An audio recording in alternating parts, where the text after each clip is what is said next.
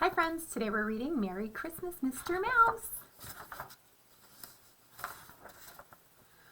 Once a raggedy little alley mouse heard an encouraging tale that a warm spot beneath the kitchen stove had just gone up for sale.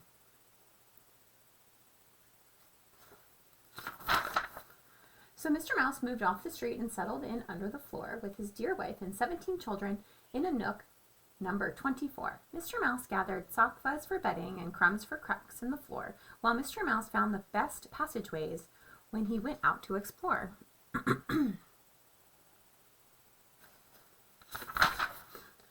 One day as he ran, he saw something new and stared in puzzled delight as an evergreen tree was brought inside and covered with twinkling lights.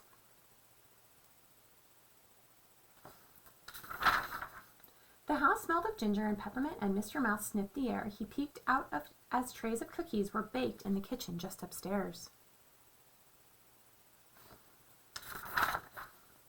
Mr. Mouse and his wife watched the gathering of family and friends that night with dancing and singing and games and gifts, everything merry and bright. Mrs. Mouse whispered, "Why light up a tree? Why dance and give gifts and sing? And what makes this night special? Can you find out why we are doing these things?"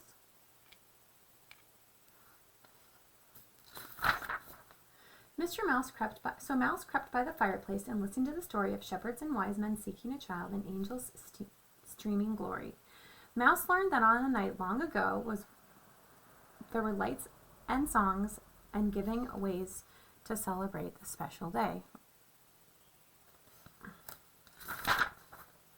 Then he heard about how Santa's checking his list of naughty and nice, and he wondered if Santa Claus had ever thought to bring gifts to a family of mice.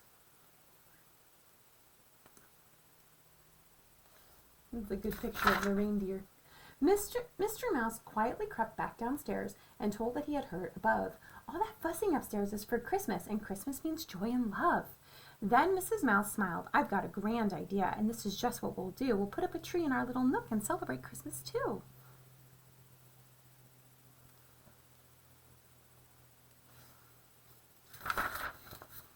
Not a creature was stirring late that night except for a mouse and his wife, who were putting the finishing touches on a Christmas tree made for mice. Just to be safe, Mr. Mouse tied a bell to the neck of the sleeping cat and then scurried from room to room to borrow a little bit of this and a little bit of that.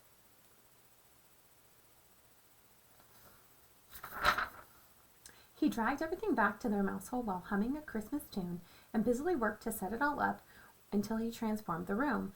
A small sprig of pine and a bit of string made a perfect Christmas tree, and the glow-in-the-dark star at the top shone brightly for all to see.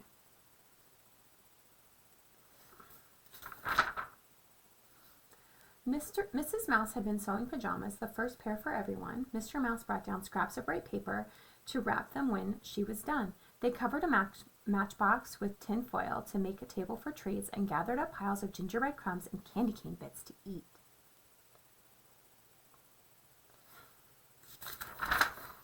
Mr. Mouse whistled, "It's time to begin." The children poured through the door. There'd never be such excitement before in nook number 24.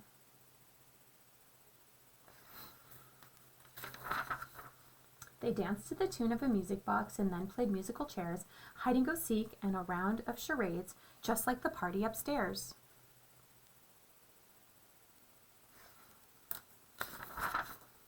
Mrs. Mouse passed out all the packages to joyful cries of surprise. When the children saw their pajamas, they couldn't believe their eyes.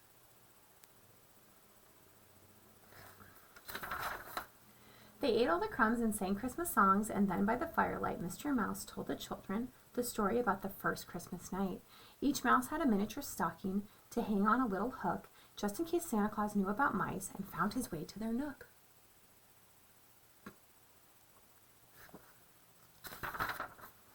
Mrs. Mouse and the children went to bed. After the cleanup was done, Mr. Mouse fell asleep in his chair and didn't hear Santa come.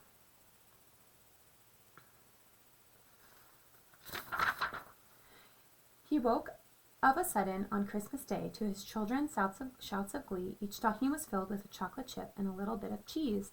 Then Mr. Mouse saw the box at his feet, and Mrs. Mouse had one too. Inside was a top hat, shiny and black. She had a scarf that was blue.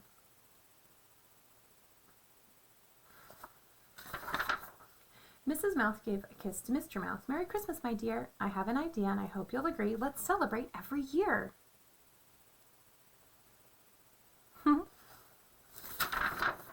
There's always a party at Christmas time, and there's one underneath the floor where Mr. Mouse and Mrs. Mouse celebrate in nook number 24.